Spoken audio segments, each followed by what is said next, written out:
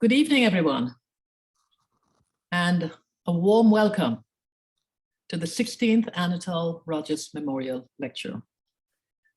Just by way of apprising you of the order of things, we will begin with a welcome by Dr. Mayuri Dika, who is the Chair of English Studies at the University of the Bahamas.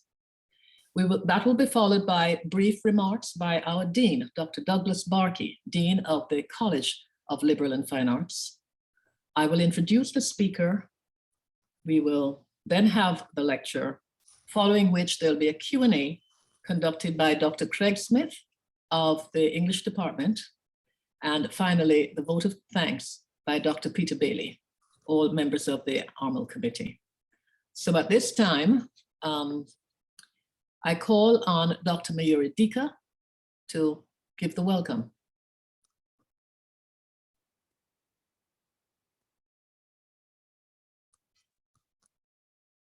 Good evening, everyone. It gives me great pleasure to welcome you to this, our 16th annual Anatole Rogers Memorial Lecture. And I'm extremely pleased that this very important signature event of the university and our school has over the last 2 years been able to be mounted as a virtual event via Zoom, despite the COVID-19 lockdowns and the pandemic. The continued efforts of the Rogers family, the English Studies faculty, and other key members of the wider university community have been constant for the past 16 years. And it is our very dear hope that we can ensure its continuation in perpetuity. Throughout these years, this lecture series has featured regional and international scholars and artists who shared their work and presented innovative ideas and novel approaches across the universities. And this includes composition studies, the literary arts, cultural production, and social engagement. Indeed, the series has boasted an august list of speakers who comprise a now well-established tradition. At this point, I am very pleased to have our Dean of the College of Liberal and Fine Arts, Dr. Douglas Barkey, in attendance here this evening, and I invite him now to bring his remarks. Thank you, Dr. Dika. Good evening and welcome, everyone. We are delighted to host the 16th Annual Anatole Rogers Memorial Lecture, which for the second time is being conducted in the virtual environment via Zoom.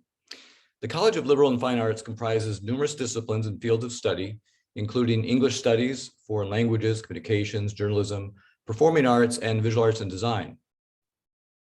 As a signature event of the university, the Anatole Rogers Lecture Series fosters awareness of the arts, culture, and the humanities. It facilitates dynamic exchange between the university and the wider Bahamian and international community, and advances creative intellectual responses to societal issues. In honoring the great Bahamian educator, Mrs. Anatole Rogers, this lecture series each year reminds us of her exemplary leadership as the first woman principal of the government high school, the country's leading secondary institution in the 1960s and the 70s. It also reminds us of her active role in civic leadership and her tangible demonstration of her belief in educating the whole child. Mrs. Rogers was an active community member and dedicated parent. She was married to Dr. Kenneth Rogers, and together they were the parents of Dr. Jonathan Rogers, attorney Emily Rogers, and Dr. Patricia Rogers. Mrs. Rogers is an important figure in Bahamian history. We all know about the remarkable educator we are honoring this evening and her many achievements in life, but I'd like to reflect a bit on what makes someone this influential and loved by so many. Her students to this day still comment on the contribution she made to their lives. As educators, it is easy to get lost in the methodologies of pedagogy and all the structure that we build into managing a student's learning process. But what we find over and over again is that the teachers that influence the most are those that go beyond the expected and show us that they care about us as individuals and learners. These teachers create a relationship with their students that inspires learning. I think that a passion for people and learning is the foundation for the exemplary educator that Anatole Rogers became. This evening, as we listen to the lecture, we keep in mind her sacrifice and leadership. We honor her memory and salute her legacy as an important figure in Bahamian history. And now Dr. Marie Sarasing will introduce our honored guest. Thank you, Dr. Barkey. Thank you, Dr. Dika. And good evening again, everyone. So I'm Dr. Marie Sersing, Professor of English Studies at the University of the Bahamas and Chair of the Anatole Rogers Memorial Lecture Committee. I too extend a warm welcome to all 227 of you and counting. I am excited to have the esteemed honor and pleasure to introduce our speaker for this, the 16th annual Anatole Rogers Memorial Lecture.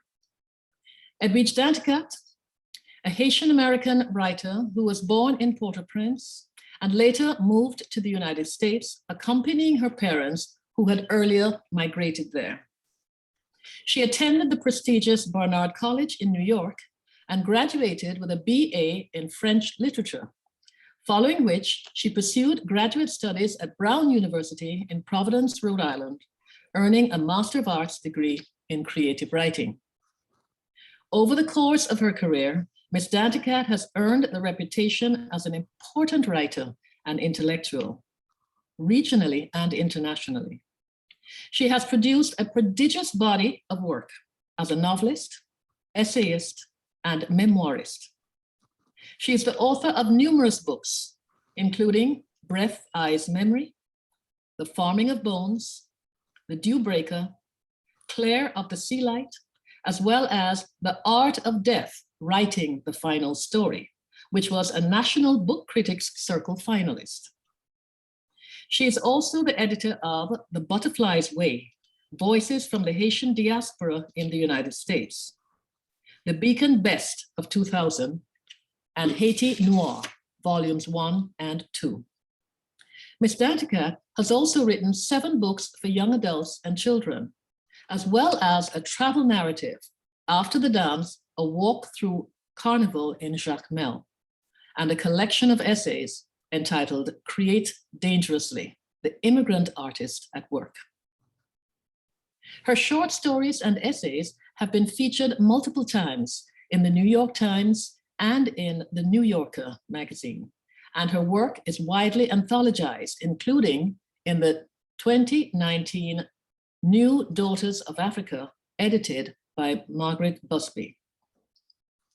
Ms. Danticat's literary prizes and awards include the Caribbean Writers Fiction Award, the Pushcart Short Story Prize, the National Book Award, the American Book Award, the National Book Critics Circle Fiction Prize, the Nicholas Guillen Philosophical Literature Prize, awarded by the Caribbean Philosophical Association, the OCM Bocas Prize for Caribbean Literature, the Andrew Carnegie Medal for Excellence in Fiction, the Neustadt International Prize for Literature, and the Vilcek Prize, among numerous others.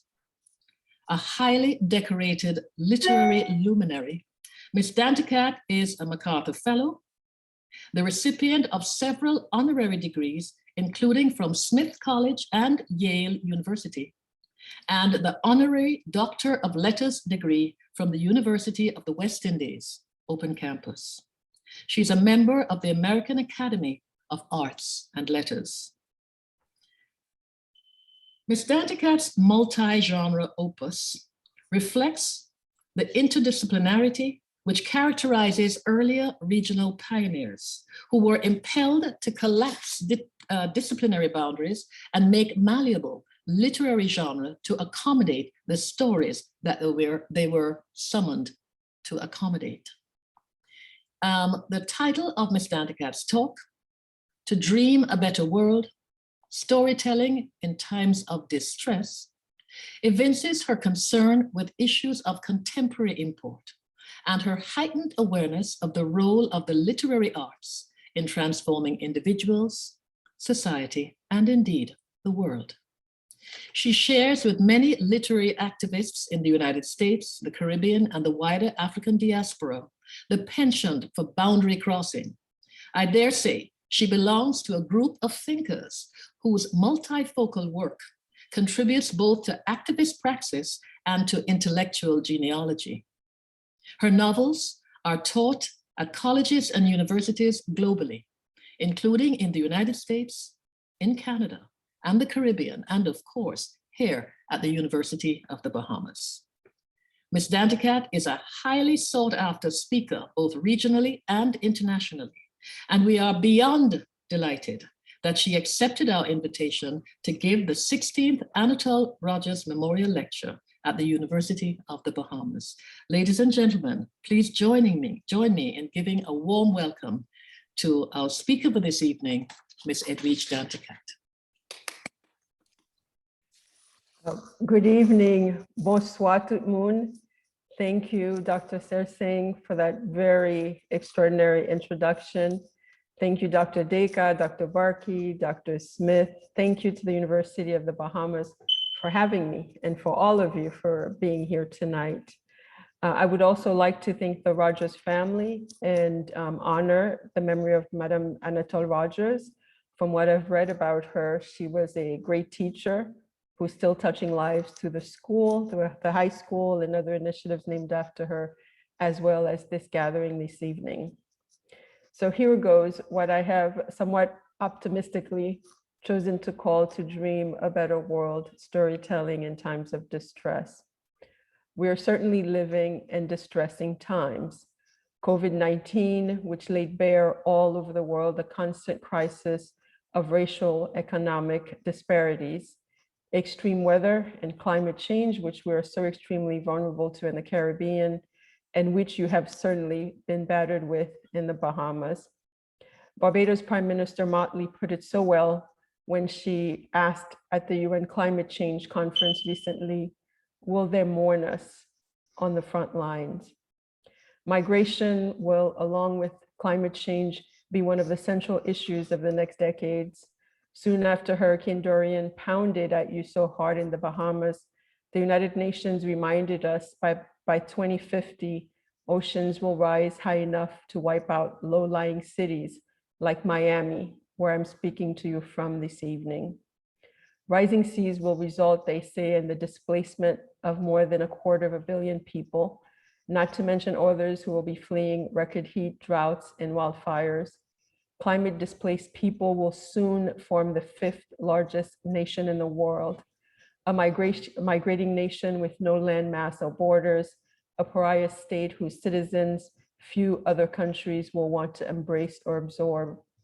We're already seeing this played out on the shores of Greece, Italy, the borders of France, Germany, and this week Poland and Belarus, as well as the US-Mexico borders last month, where Haitian men and women had border officers on horseback use reins to push them while they were carrying food and sometimes babies in their arms after they had traveled through South and Central America via the deadly jungle of the Darien Gap. They risked death also to come to your shores in the Bahamas so that they and their children can live. They left home because, as the poet Warson Shire writes, home is the mouth of a shark, and home will not let them stay. Speaking of home, we find ourselves now in Haiti in the headlines again, this time due to the kidnapping of 17 missionaries. In July, the President Jovenel Moïse was assassinated, a crime that remains unsolved. The country's southern peninsula was struck by both a tropical storm and a 7.2 earthquake that killed over 2,000 people. And now most people and institutions in the country can't access fuel because the fuel tankers have to travel through territories that are controlled by gangs. Our communal and distressing times do not stop there, but I don't want to sound like I'm preaching from the book of Revelations. I want to also offer, as our sister of Grenadian origin, Audre Lorde, wrote in the essay, Poetry is Not a Luxury, that, quote, there are no new pains. We have felt them all already, or at least our ancestors have. And how do we know? Because we learn from their stories. In her choral poem, Need, a choral poem for Black women voices, Audre Lorde writes, how much of this truth can I bear to see and still live unblinded? How much of this pain can I use? This is one of the questions I believe many artists, writers, storytellers keep asking themselves particularly in times of distress. How much of this pain can I use? Not necessarily to beat others over the head with, or seek revenge with, or seek pity with, but how much of this pain can I fold into my art? In Les Immortels, The Immortals, the first novel by the 36-year-old novelist Mackenzie Orsell, which was translated into English by Nathan Diz, a sex worker proposes a collaboration between herself and a writer so she can tell the story of her colleague, Shakira, who died during the January 12th, 2020 earthquake in Haiti. Let's begin, let's talk, she tells the writer. You, the writer, you write, you transform. The others always begin with prayer. I want us to begin with poetry. Inside this brothel, inside this novel, stories become this woman's church, her home. You, the writer, you write, you transform.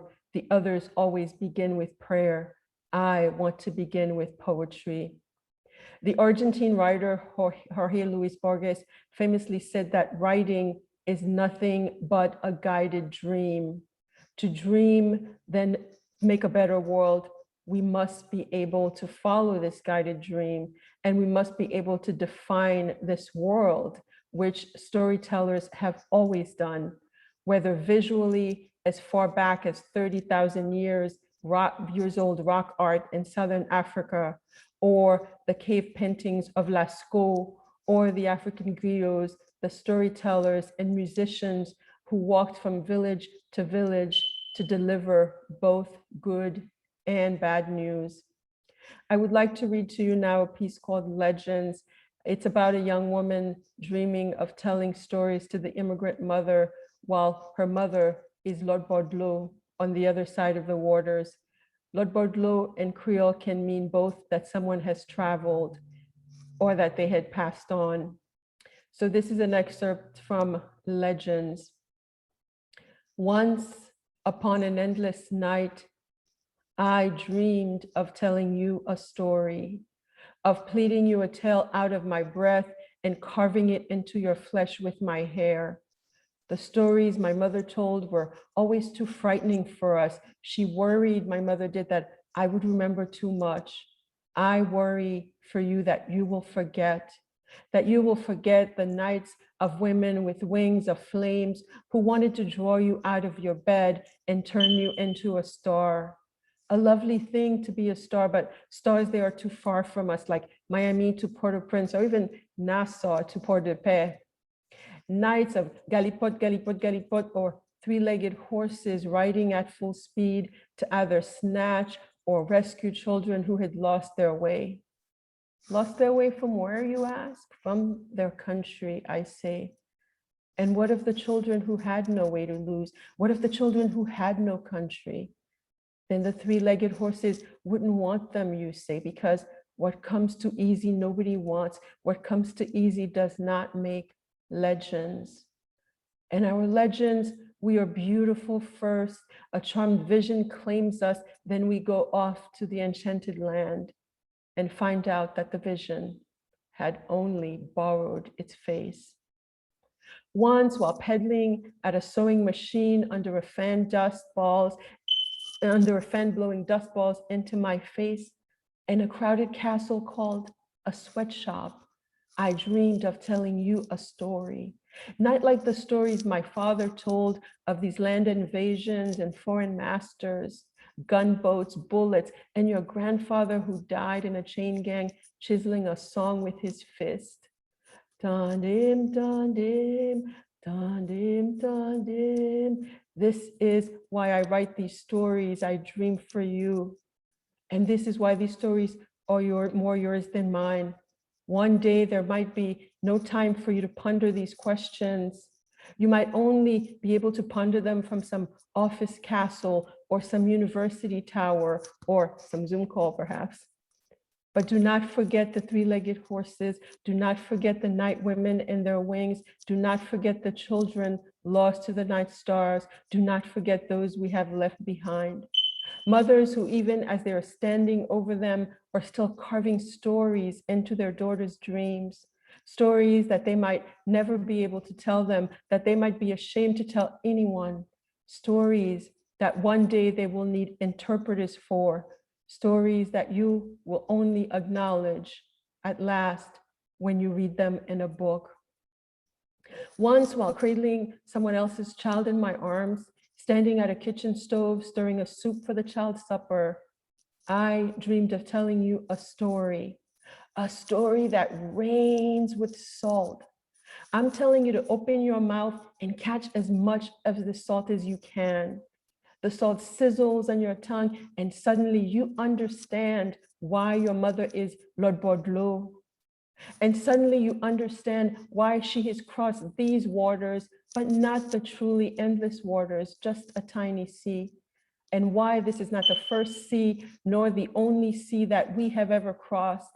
And why in the mirror, you always see her face. And in the night, you always hear her voice, drowning out the galipot, galipot, galipot, drowning out the machetes in the gunboats, drowning out your tears. Once, at least once, each night before I put my head to rest, I dream of telling you a story. I tell you the story, not knowing whether you will discern my voice in a place so far from home. I tell you the story, not knowing if you will stay silent or sing it back to me. But I have no choice but to tell you the story. It is all I dream. It is all I know. It is all I have. It is all I am.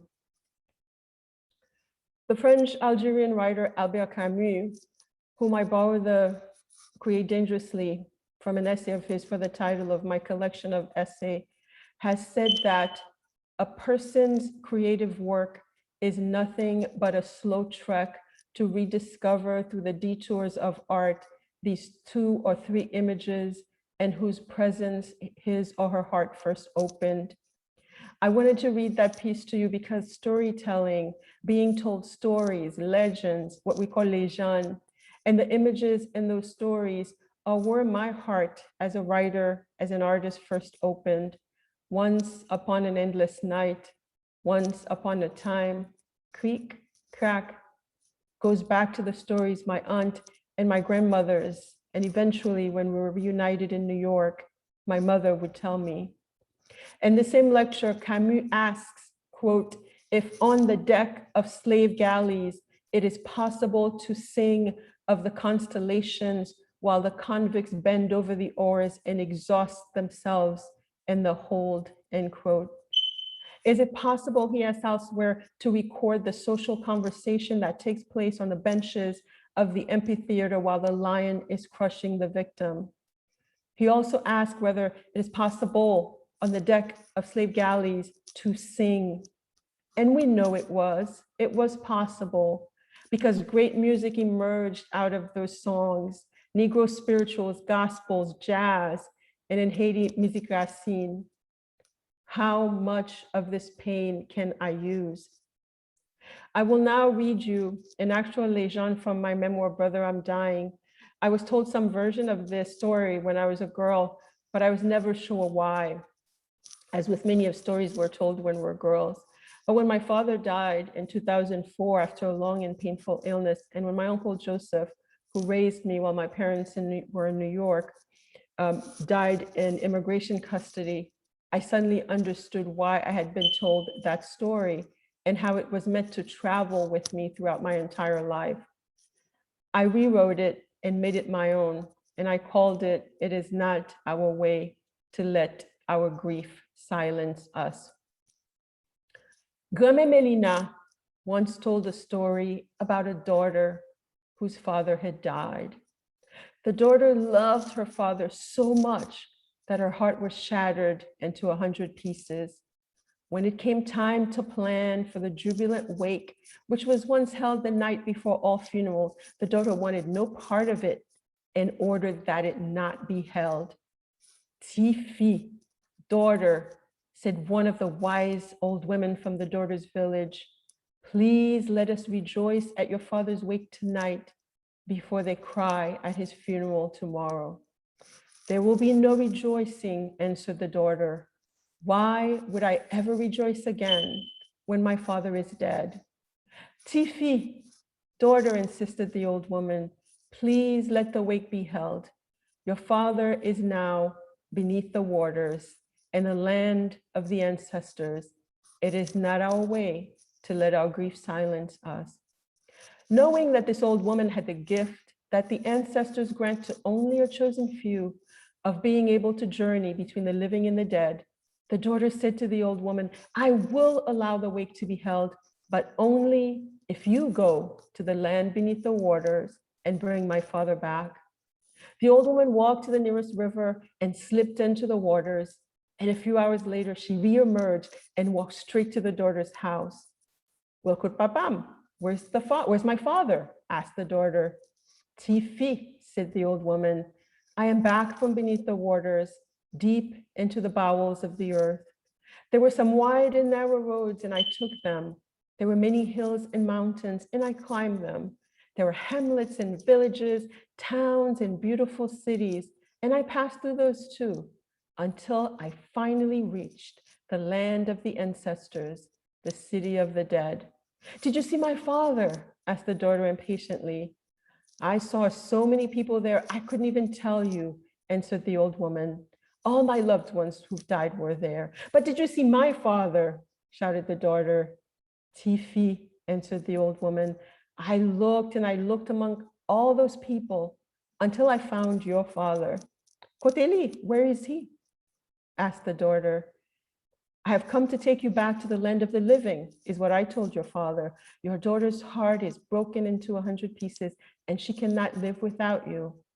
What did he say to that? Asked the daughter. I am so touched that my daughter wants me to come back, he said. But my home is now here, in the land of the ancestors. Tell my daughter for me that les moun mouri, les moun vivant. When one is alive, but when one is dead, one is dead. The old woman then pulled from her pocket a set of false teeth that the father had religiously worn in his mouth when he was still among the living and had taken with him into the land of the dead. Your father sent you this, said the old woman, so that you might believe that I saw him and accept what he says. The daughter took the false teeth in her hands and looked at them with great sadness, but also with a new sense of courage. As my father wishes, so it shall be, she said. We will have the wake to honor him, to rejoice and celebrate his life before his body is put in the ground. We will eat, we will sing, we will dance and tell our stories. But most importantly, we will speak of my father, for it is not our way to let our grief silence us. Grief sometimes forces us to tell and retell our stories. Grief is why I ended up writing Brother, I'm Dying, the book in which this folktale is included, to share stories from the lives of my father and my uncle that I did not want to see die with them. I wrote that book because they could not. It was the same with The Art of Death, a book about my mother's life and about how other writers have dealt with the subject of death. This past year, so many people were denied their usual rituals of grief and the ability to say goodbye at bedsides in the hospitals, or wakes like the one described in that folktale, or funerals and repasts and home visits. Even in the absence of these rituals, though, stories remained. At all the Zoom funerals I attended, and I attended many, there were still stories told as a way of bridging the distances we could not travel, in some cases still cannot travel, as evidence of this event today. This is from The Art of Death. When my mother was diagnosed with stage 4 ovarian cancer early in 2014, every time we would go to the doctor more than once, she would ask me to give that doctor one of my books. She underestimated how embarrassing it was for me to be bribing somebody with something that was precious to me, but that they might consider worthless. I would tell her I'd do it, but then we'd quickly move on to the next doctor, each of whom would bring us worse and worse news until my mother no longer considered them worthy of any gifts at all. The one doctor she insisted on was her oncologist, Dr. Blyden. One day while I was drilling Dr. Blyden with my internet-inspired research questions, he interrupted me to ask what I do for a living. I told him I'm a writer. My mother wanted him to give Dr. Blyden a copy of my memoir, Brother, I'm Dying, and I did. She smiled as I handed Dr. Blyden the book. In subsequent visits, though, Dr. Blyden never mentioned the book again. The last time my mother and I were in his office, we went to tell him that my mother had decided to stop chemotherapy and let nature take its course. Tell him it's up to God now, my mother said in Creole, using me yet again as her translator. After a long pause, Dr. Blyden agreed that at her age, 78, the type of vigorous treatment she would now need might considerably reduce her quality of life. He supported my mother's choice. As my mother and I were leaving Dr. Blyden's office that day, I heard him tell one of his medical students something that made me better understand why my mother had made me a one-woman bookmobile on her behalf. This is a special woman, Dr. Blyden said, referring to my mother. She raised an author. This felt especially good because my mother did not want me to be a writer when I was growing up. I wrote about this in the epilogue of Crick Crack in a piece called Women Like Us. And this title, Women Like Us, is actually from a poem by Lorna Goodison, When Shadows Like Dust Falls, Women Like Us Will Rise. You remember thinking while braiding your hair that you look a lot like your mother who looked like your grandmother and her grandmother before her.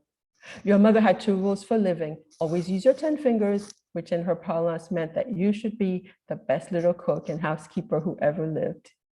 Your mother's second rule went along with the first: never have sex before marriage. And even after you marry, you shouldn't say you enjoy it or your husband won't respect you. And writing? Oh, writing was as forbidden as dark rouge on the cheeks or a first date before 18.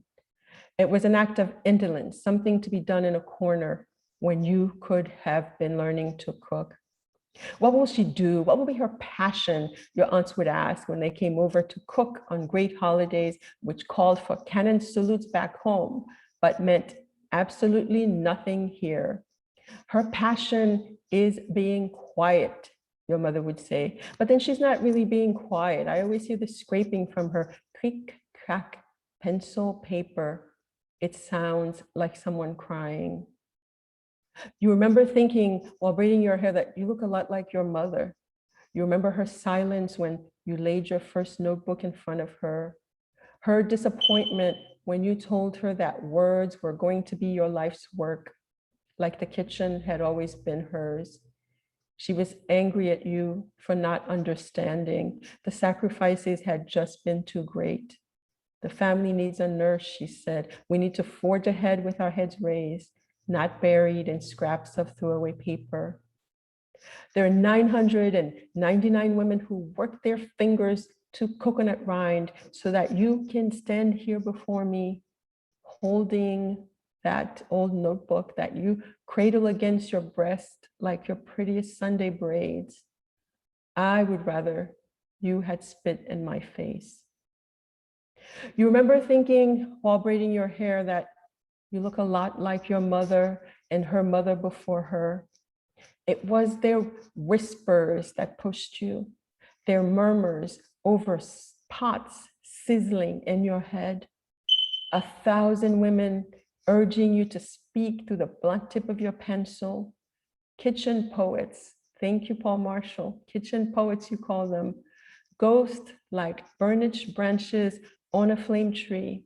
These women that asked you for your voice so that they could tell your mother in your place that yes, women like you do right.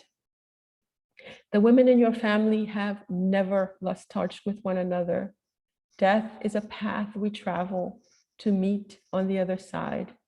What love has joined, let no one cast asunder. With every step you take, there's an army of women watching over you. We are never any further than the sweat on your brows or the dust on your toes. Though you walk through the valley of the shadow of death, fear no evil, for we are always with you. Most of the women in your life had their heads down. They would wake up one morning and everything would be gone. It is not shame, however, that kept their heads down. They were singing, searching for meaning in the dust, and sometimes they were talking to faces across the ages, faces they had only previously seen in their dreams, faces like yours and faces like mine. Gabriel Garcia Marquez once said in an interview, quote, "It always amuses me that the biggest praise I get for my work comes for the imagination, while the truth is that there's not a single line in all my work that does not have a basis in reality. The problem," he said, "is that Caribbean reality resembles the wildest imagination," end quote. Stories often come to me as dreams, like the ancestors visit us in dreams, in cases to tell stories. I remember watching a documentary about an orphanage in Haiti, girls who were adopted from that orphanage. And the people who had adopted, and often in Haiti, orphanages the children have parents who even will visit them in the orphanage. And one of the little girls got adopted by these people who were interviewed in this documentary, and the person said, well, you know, that like the parents are alive, but they don't feel the same way about their children as we do. And then and that night I went to sleep, and I was very angry, and I went to sleep, and then I had this dream about a little girl called Claire Limier, Claire of the Sea Light, who became the central character of that book. So stories do come to us sometimes as dreams, like ancestral visits. Marquez is so right about the Caribbean reality, which some, as he said, mistake for fantasies. The Caribbean has been a catalyst for so many powerful stories. Our sea, the sea is history, wrote Derek Walcott, who was one of the our griots who gave this lecture. Our stories survived. They survived the beating and the lashes. They survived the lynchings. They survived, in our case, in Haiti, public execution. And in spite of the constant assaults on both our bodies and our minds, we have found new stories, new threads of memories through our music, our songs, our literatures, our proverbs. We've found new words, blending the old and the new, creating bouquets of languages we call patois, Creole. We've invented spells, double entendres, voyez point, proverbs, amonapia, sucking teeth. We have interesting gestures. And we've created political and linguistic revolutions. We keep telling our stories. We keep passing them on wherever we are, just as we're doing in this gathering tonight. We speak, wrote the Grenadian poet and short story writer Merle Collins in her beautiful poem, Because the Dawn Breaks. We speak, she writes, because we dream. We speak for the same reason that the thunder frightens the child, that the lightning startles the tree. We speak because we dream. Merci en pile. Thank you.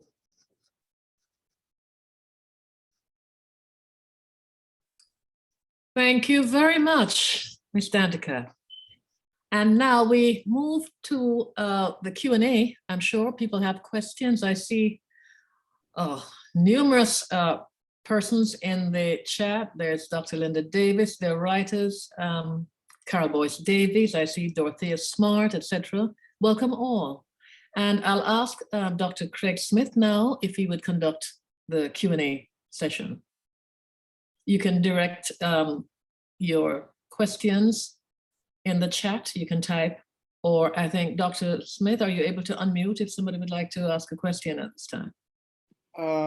Yes, I can unmute, I believe, if they put up their hand. So the options are to either put up your hand or you can type the question in the chat and we can read them off for you.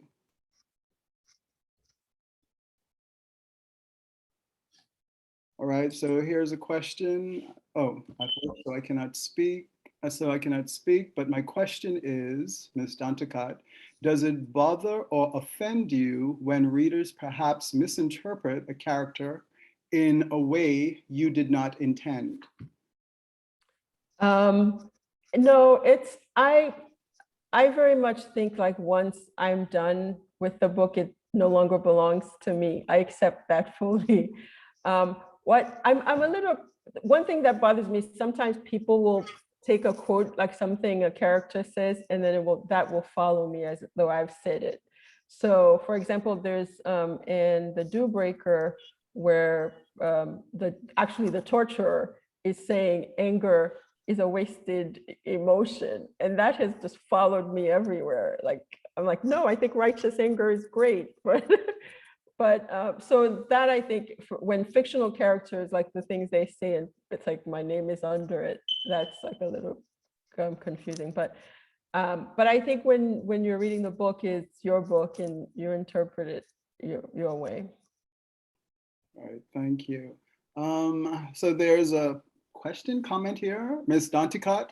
So unsurprisingly brilliant, so moving, so inspiring, the textures of language with experience folded into it, like the best of layered pastries, to savor, to devour. As always, forever, thank you from a Polish woman stranded in the Midwest with great love for and seeking understanding of the Haitian culture with your ongoing help. Oh, thank you. That's very kind. Thank you. From Veronica Toppin, correct? Okay. Yeah. Do you have a piece of work that you consider your favorite that you possibly identify with most, and why? I always think that if I mean, writers will say we don't have favorites, but I think of it this way, like if I had just written one book, for me, it would have been Brother, I'm Dying, because it really was a way, writing that book was a way of spending time with my father and uncle after they died. And there's a lot of Haitian history in it, family history in it, that I feel like will be very useful to the next generation of my family. So I would say Brother, I'm Dying if I had to choose. But Breath Eyes Memory taught me to write, so that sort of launched me. It's kind of but I'll pin it down and choose Brother, I'm Dying. Okay. We have, how can a non-writer become better at writing? By reading. by reading. I think most writers read a lot and practicing it and not allowing. I think non-writers sometimes don't know how much labor goes into writing, so they expect to have something perfect immediately. So I think you have to give up perfectionism and just kind of do your best. But reading, will give you a sense of how others write, similar things that you might want to write, and just the way they shape their sentences, etc. I think that would be something to do. Okay, we have a comment here from Pam Burnside. We tell stories because we dream. Thank you, one of our master Bahamian visual artists, the late Amos Ferguson, would say about how he got the ideas for his paintings. It come to me. Mm-hmm. And yeah, I think, oh, sorry. No, you go ahead. Yeah, I think often everybody who is involved in any kind of, art has a moment like that, and you feel very lucky. You feel very touched when that happens, when it just feels like you're taking notes, like you're a vessel for something that's coming through that you don't know. And I remember, at one edition of The Color Purple, Alice Walker thanks her characters for coming. It's almost like their visitations. And so that when you get to that point in any kind of creativity where then you've like entered the dream, like you're just kind of taking notes, as part of this process, which even a lot of us who are involved in the creative process, you never quite fully know entirely what's going on. And I will encourage folks to put up their hand, and you can actually speak directly to Edwwidge Danticat yourself. But in the meantime, I'll continue to read your questions. Well, How would you say folding pain into art is able to make space for the coming to terms with the climate change, with the climate changes our region is going to experience? There's some Ide Thompson. Well, I mean, that's folding. I mean, I think we have models for that in terms of living big moments, right? And as artists or as just as people, but also happen to be artists, right? So it's when you think about, I mean, when I live in Miami, so it seems very close. You know, if you know, it rains for 2 hours and my kid is in school downtown and I'm thinking, whoa, my car is small. Will I be able to get her before the river comes through? So that's already something that's happening. And we have these hurricanes and things that they've already lived through. So I think we become witnesses of that, right? And of course, I believe in fully participating as part of a citizenship, right? People who are doing actual things too. But I think it's worth observing, and people who do visual art, who do sculptures, who do like found object, and I think they actually give us like tangible ways also of looking at it, like the salvaging of the things that we may not have in 10 years, right?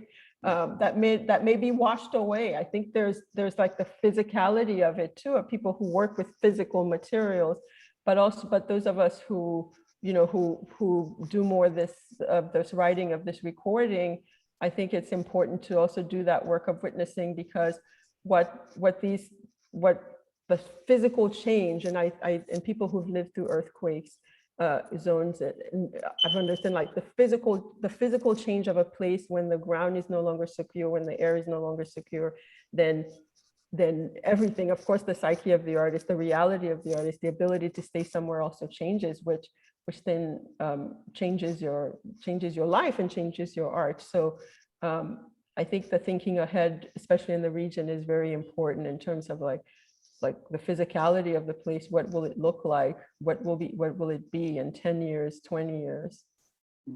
All right, so I do see that we have a hand up, but let me just read a comment, a question, and then I will allow Ms. Serville to ask a question. Thank you. This is from Agandra Bethel. Thank you. I do remember an interview you did saying you write just to express yourself without considering a character being portrayed a certain way. And we have a question. Who is the first person that encouraged you to be a writer? Thomas Robinson and John Larimore. What genre of writing do you most prefer? So who's the first person who encouraged me was an English teacher that I had when I first came to the US, and I was reading and a lot, and would write these things that I would hide basically, and would sometimes sneak a few in essays. I didn't think they were particularly profound, but she encouraged me to continue writing. And then when I went to high school, I had a teacher, Mr. Casey, who gave me Mary Evans' anthology of Black women writers, and that completely changed my life. It was this really massive book.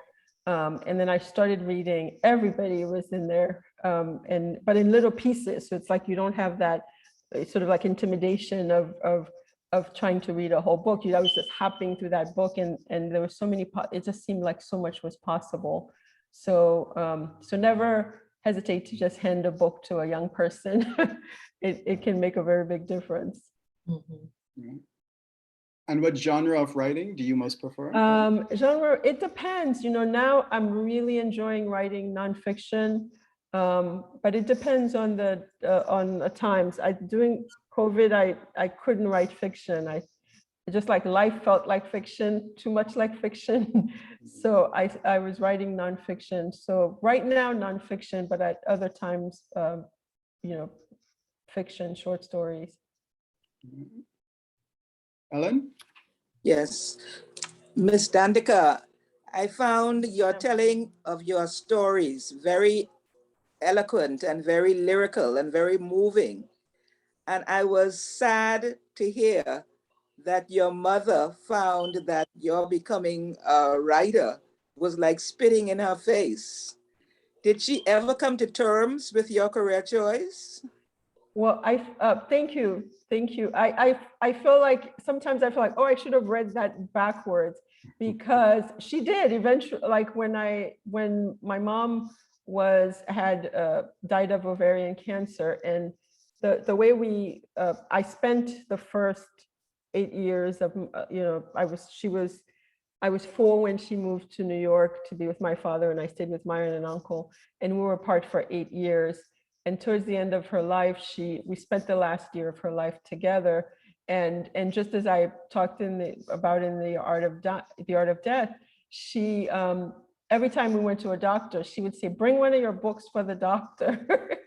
and my mom was like, she was a very, very funny person. And I tell this story in the Art of Death when at my father's funeral, she's like over the grave, like, going jusqu'à ce que la mort nous sépare, like until death do us part, until death do us part. And I'm like, oh my gosh, this is so romantic. And then my mother's like, no, I'm telling him we're done. Like it's, I signed up for until death do us part, and death does had part us.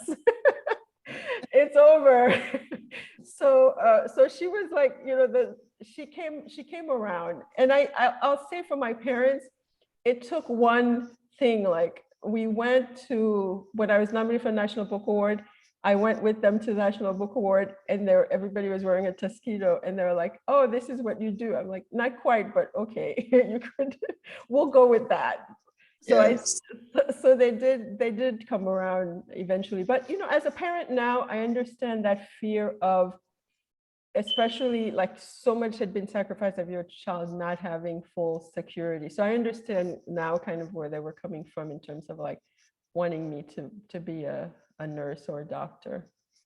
All right, we have 2 hands up, Deborah and Dorothea, but while I unmute them, we have 2 questions. What are you reading now? What are you reading lately? What am I reading lately? I've been reading this, see what's around me. I've been reading this, The Haiti Reader. It's a book about Haiti, and a very thick book but it's called Tuyo Remixed. Well, Michelle Ruff Tuyo, and I'm reading Jesse's new book, Transcendent Kingdom. I'm forgetting the title, but it's been like, since I'm writing, I'm not like reading, like sampling as I am. I'm reading very specifically about certain things that I'm researching at the moment.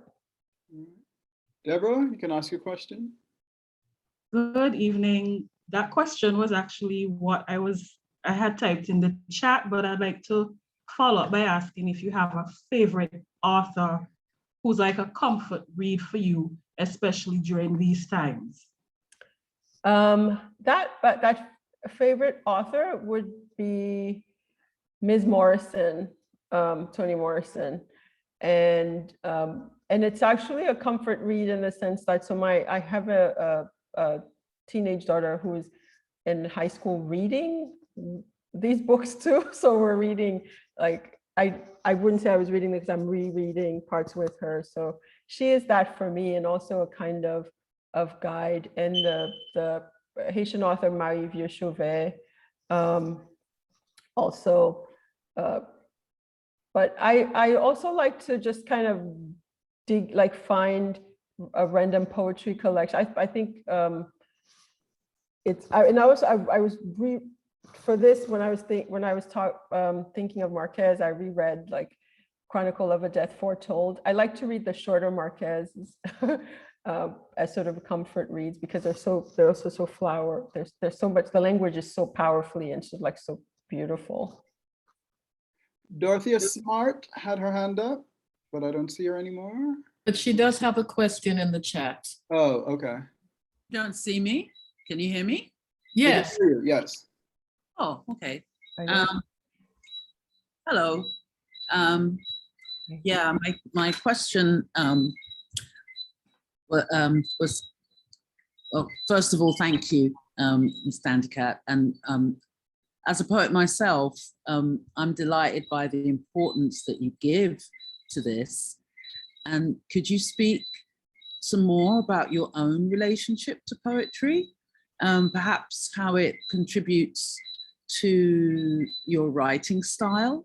And do you yourself write poetry? Or do you consider publishing your poems?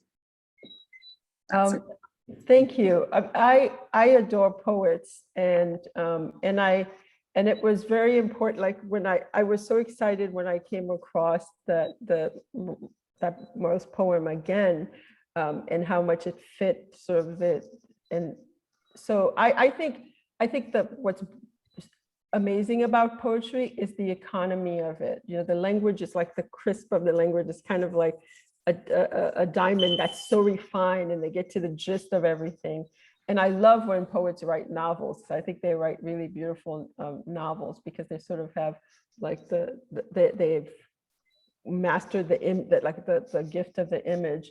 So so I read, you know, I read poetry as I'm writing, and I highlight the gems. I talk to the poets in the margin. So I would not show my, like the legends, the piece I read is like a prose poem, but I wouldn't, you know, I wouldn't insult poets by saying I'm a poet.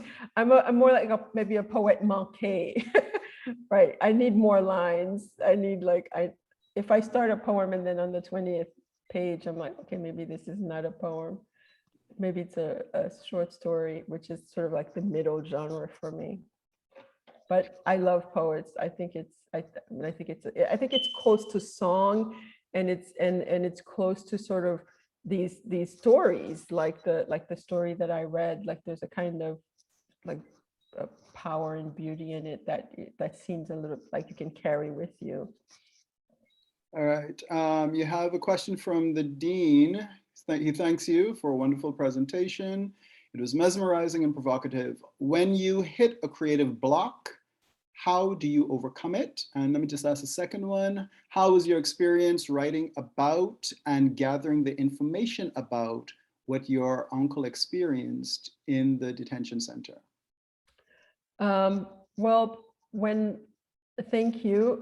When I'm experiencing a block, I just tell myself the thing I'm trying to write is not ready.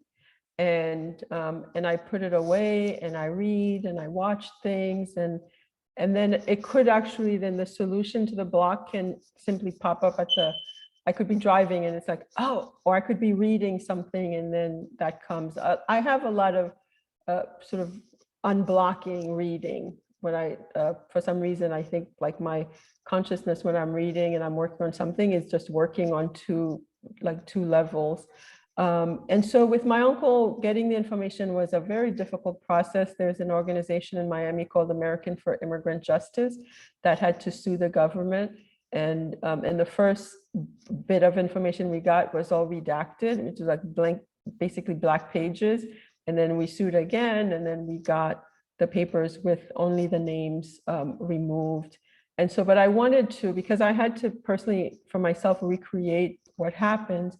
And then, you know, over the years now, having met so many people who have been in a similar situation, you never quite know, because your loved one is a number in the immigration process. And so I really wanted to, it was my uncle's final moments, I wanted to recreate them. So we had to, you know, file Freedom of Information Act thing. We had to, you know, for the medical records, we had to keep, you know, bugging the hospital. It was a lot of asking until I got the document, until we got the documents, and they helped me get them. The American for Immigrant Justice, they're called. Okay. Do you have, I saw Kendria Hall had her hand up, but I don't see her anymore, but I think her question is here. Do you have any tips for new writers? Oh, yeah, I would say, again, it's going to sound like a broken record, read. Because I think reading that encounter with that Mary Evans anthology, and then I know so many like Black women writers who've had a similar encounter with that Daughters of Africa book. I think just when you read, you just see what's possible and just make it a practice. I don't think people often don't talk enough about the role of discipline in writing, because if you want to be a good pianist, you have to practice your piano. Like you have to, if you want sax players, people I know who are musicians, like practice so much, but I think with writers, we expect them to just like the muse to come out of and just make brilliant work. So I think give yourself a routine and just write around the life you have. I think people sometimes want to wait till they can go to the beach and with their perfect pen and all that. Just like if you have 5 minutes at a coffee shop, do it then. Like just kind of make it an integral part of your life if that's what you want. Don't wait. Don't be like when I retire. When just kind of integrate the practice of writing in your life. All right, I see we have a hand, but how are you feeling? Are you okay to continue? I'm good to continue as long as everyone is.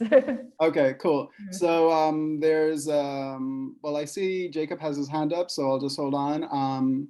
And then would you say, this is from Thomas Robinson, would you say that most of your characters attempt in some ways to reinvent themselves or escape their past?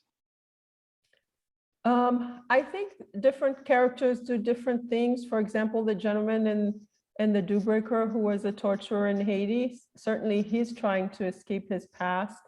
But I can see the notion of reinvention, because immigration itself is a kind of reinvention, right? Like you're remaking yourself of like people use that expression, starting over. So there are characters too who, even in this state of starting over, are still clinging very much to their past. So I think of my characters as individuals, so this one would be different than that one. So it depends on the individual character and the circumstances in the story, for example. Thank you. Jacob?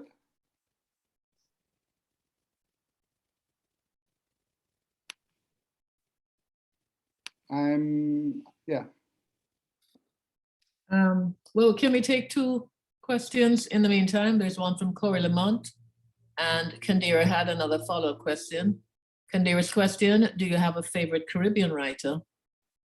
And Corey Lamont, can you talk a bit about the influence of spirituality in your work, especially with regard to the cyclical nature of life and death? Okay. Favorite Caribbean writers, today, I was trying to find a way to integrate in the story is Kamau Brathwaite's Dream Haiti, that just amazing short story. And I've had the privilege of being, being taught by George Lamming and Olive Sr. when I was like 20 at the University of Miami's Writers Workshop. On this side, Jamaica Kincaid, and I mean, it's a lot of some folks are my contemporaries, like Marlon and Kai Miller and people I know. So I'm open to, and oh yay, Nicolette Bethel is there. She was at the program with us all these decades ago. So yeah, I mean, there's probably more that are not coming right now, but that's a sample. And the other question?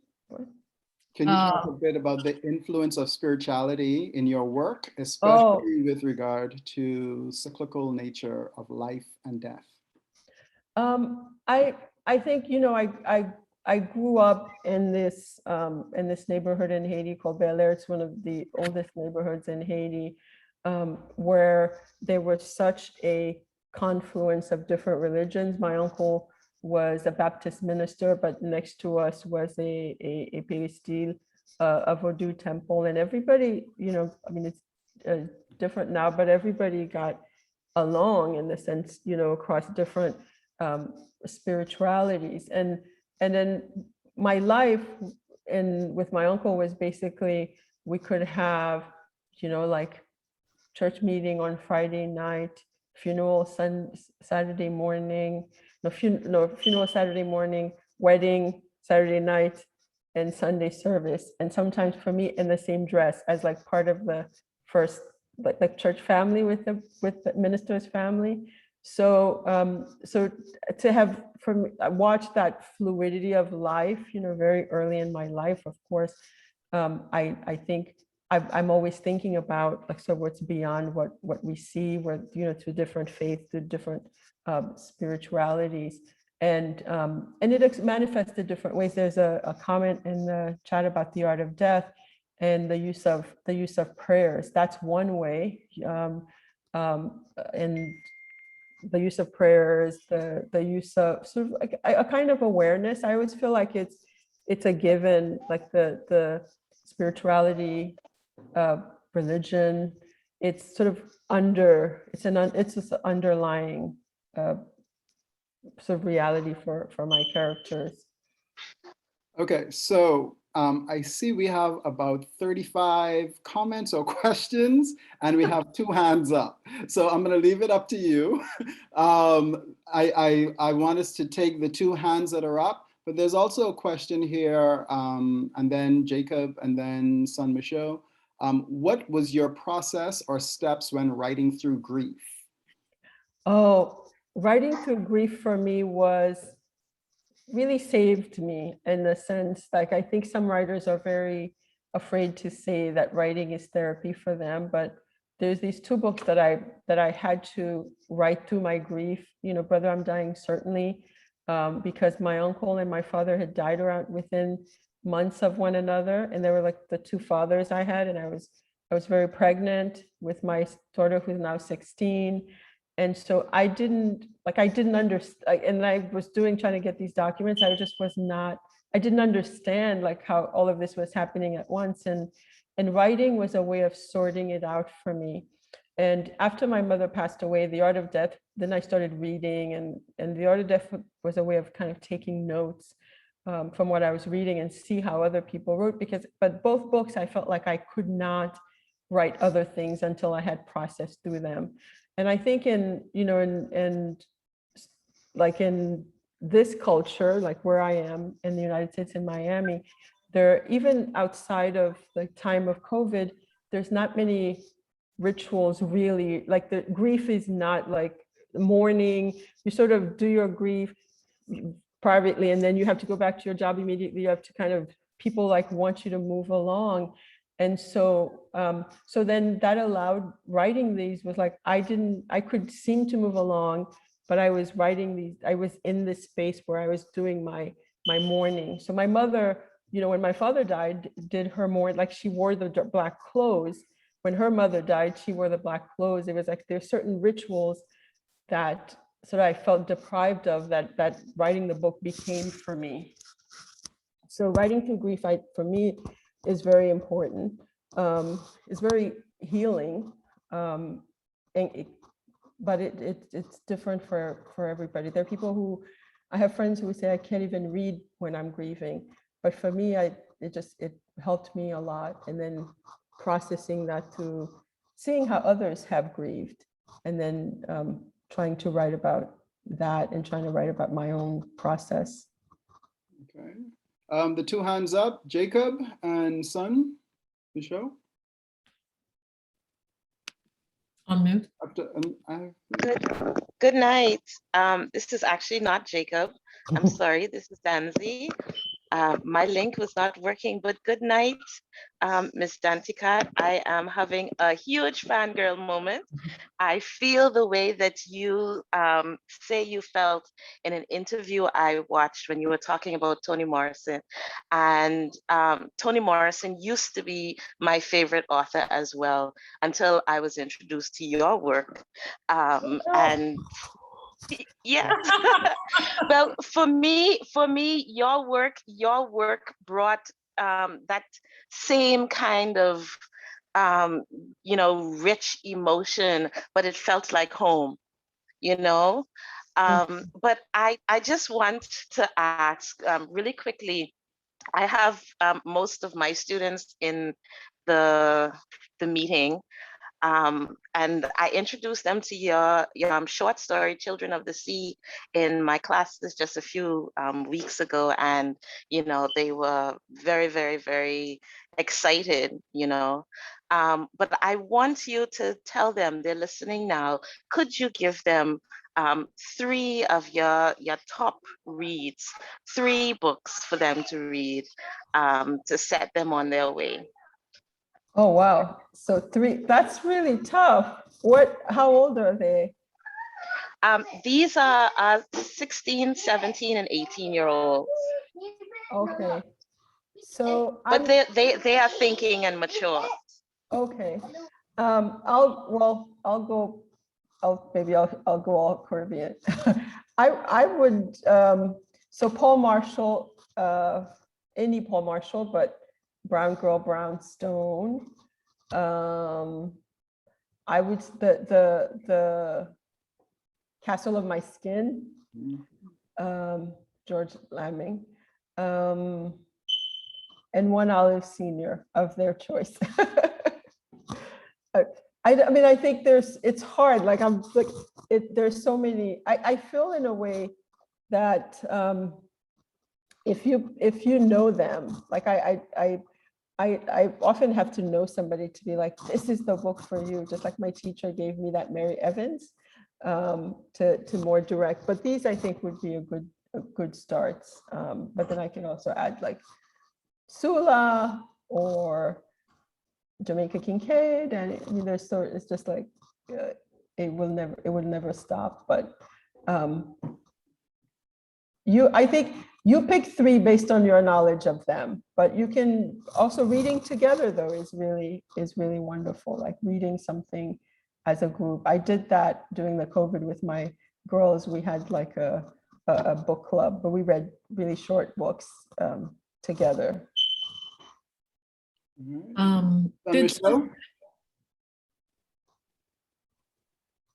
Sun Michaud. Hi.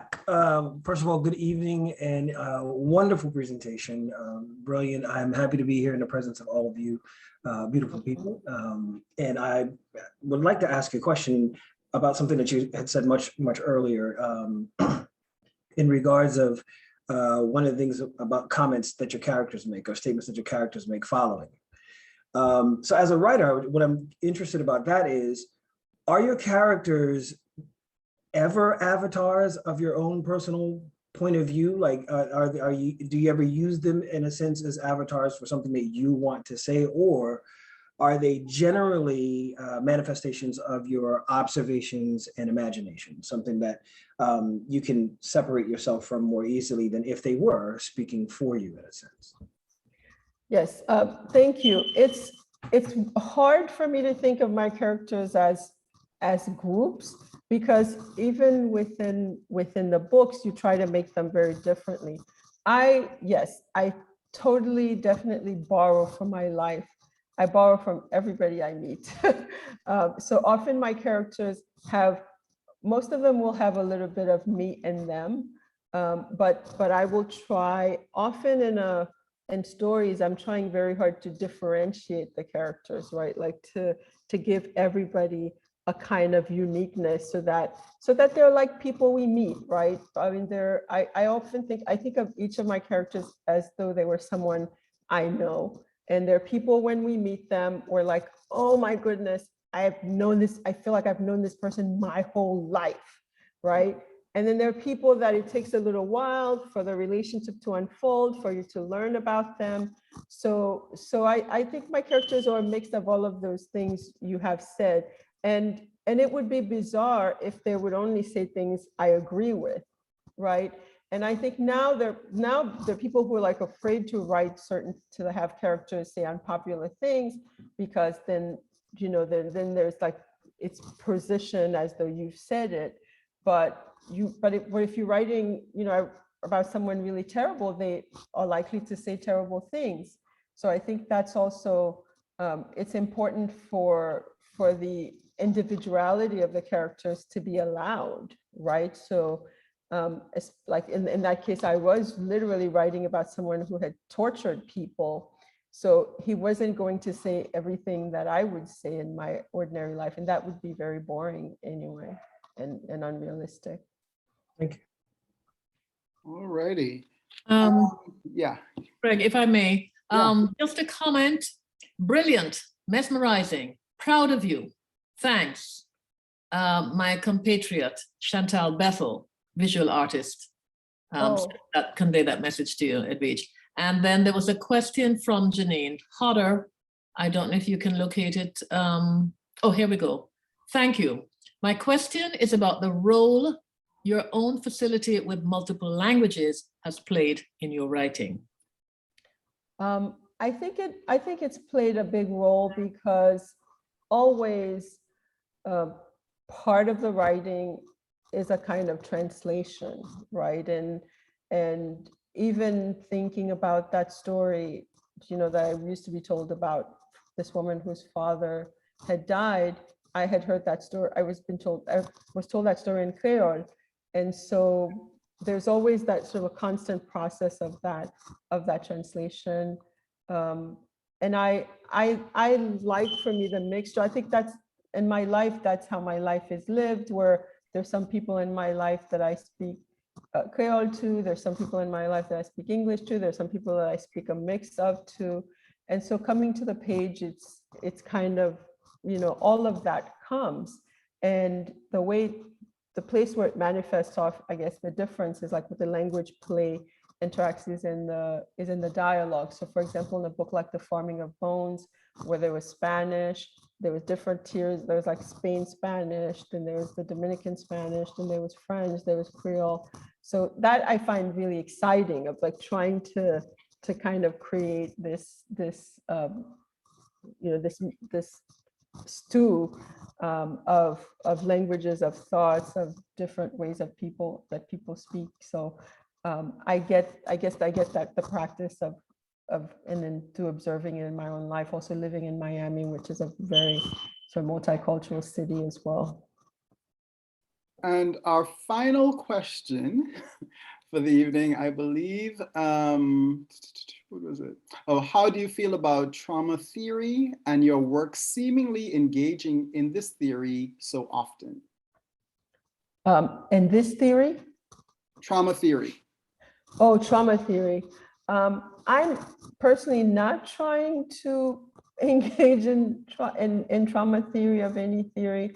And part of, I'm in the novels, I'm trying to tell a story. And there is trauma in my stories, but that's just, we also have writers who write funny. I think that's the beauty also of like the breadth and the depth of the wonderful writers that we have across the Caribbean, writing in all different languages. So and when I'm writing my, like the Art of Death things, I'm engaged in the theory myself, but not necessarily trauma theory. Like I'm reading and I'm trying to process text. But often when I'm writing my other work, I'm just trying to tell a story, and I hope that the person is engaged. And I guess this question falls in the same line as the Caribbean novel, the memoir poem, The Ultimate Act of Resistance, and the Space Still Trapped in Imperialism and Colonialism.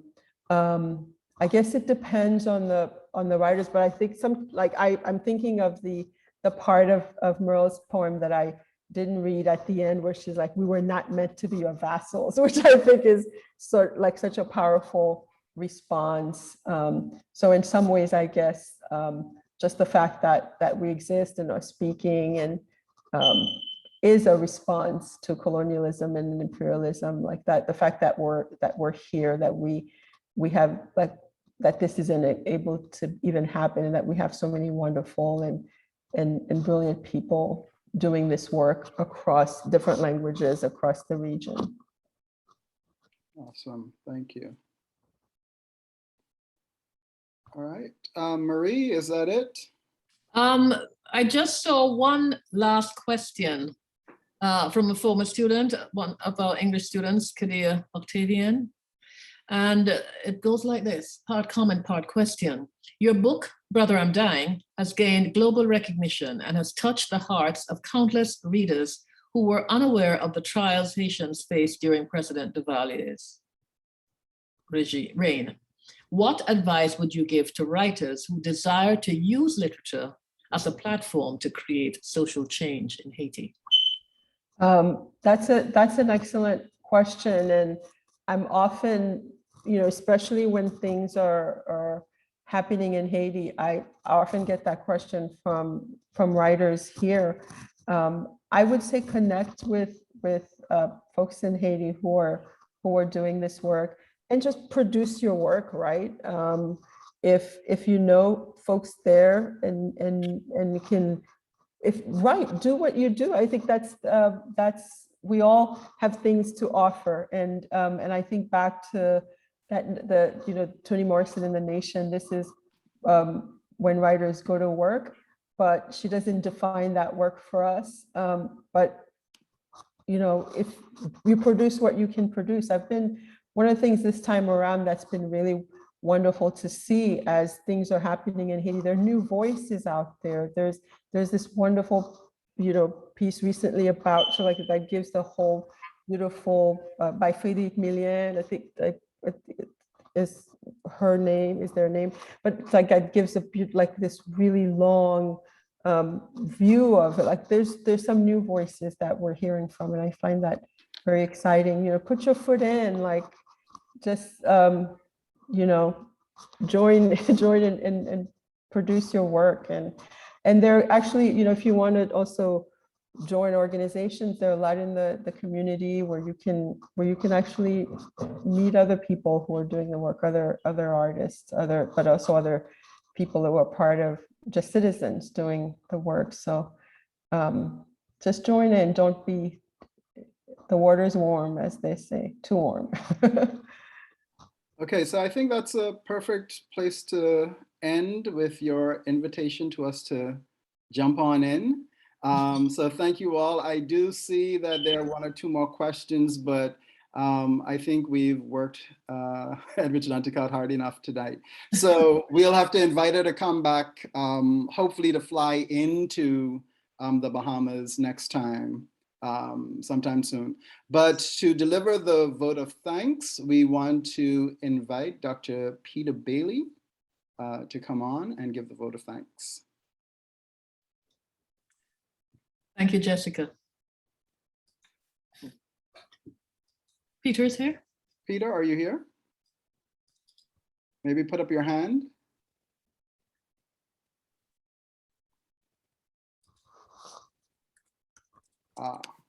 There you go.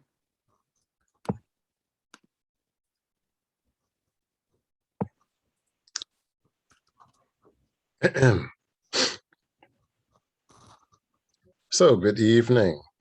And first and foremost, I'd like to thank our guest, esteemed guest, Ms. Edwwidge Danticat, for her reminder of the sustaining and reparative power of narrative and art making. We're especially grateful for your graciousness in engaging with the audience tonight. I extend gratitude to the Rogers family for their continued support of this signature English Studies event. Thank you to Dr. Mayuri Dika, Chair of English Studies, for her welcome, and as well to Dr. Douglas Barkey, Dean of the Faculty of Liberal and Fine Arts, for his remarks. To Mrs. Sophia Ferguson-Rolfe, Administrative Assistants, and also to the ARML Committee for their work in realizing this event once again in the new digital environment. Thanks as well to the Office of University Relations for publicizing the event. And of course, I'd like to thank our audience, drawn from the university community, the wider Bahamian community, and the international community. Thank you, Peter.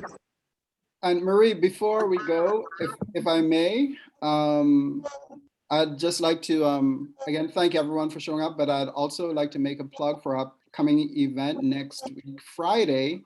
We have the Critical Caribbean Symposia, where we will be honoring the work of Sylvia Winter.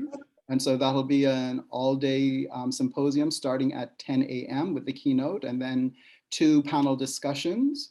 And then the following week, we have Voices Across the Diaspora, which will be an evening of poetry. So please keep an eye out for those. And if you need more information on any of those, you can contact me at craig.smith@ub.edu.bs. And this recording will probably be available by next week. Thank you so much. I just want to thank you all. Thank everyone for coming and staying. And thank you to Dr. Sersing and the organizers and Dr. Smith. Thank you all for having me. It's really been delightful. Thank you very much. Thank you very much. And thank you for such graciousness, Edwidge, and entertaining the questions. We all have students here in the audience, you know, posing these questions and so on, who are doing your work this semester. So it's just been absolutely, absolutely wonderful. Thank you so very much. Thank you. Be safe, everybody. All right. Have a good evening. Bye-bye. Bye-bye. Bye-bye.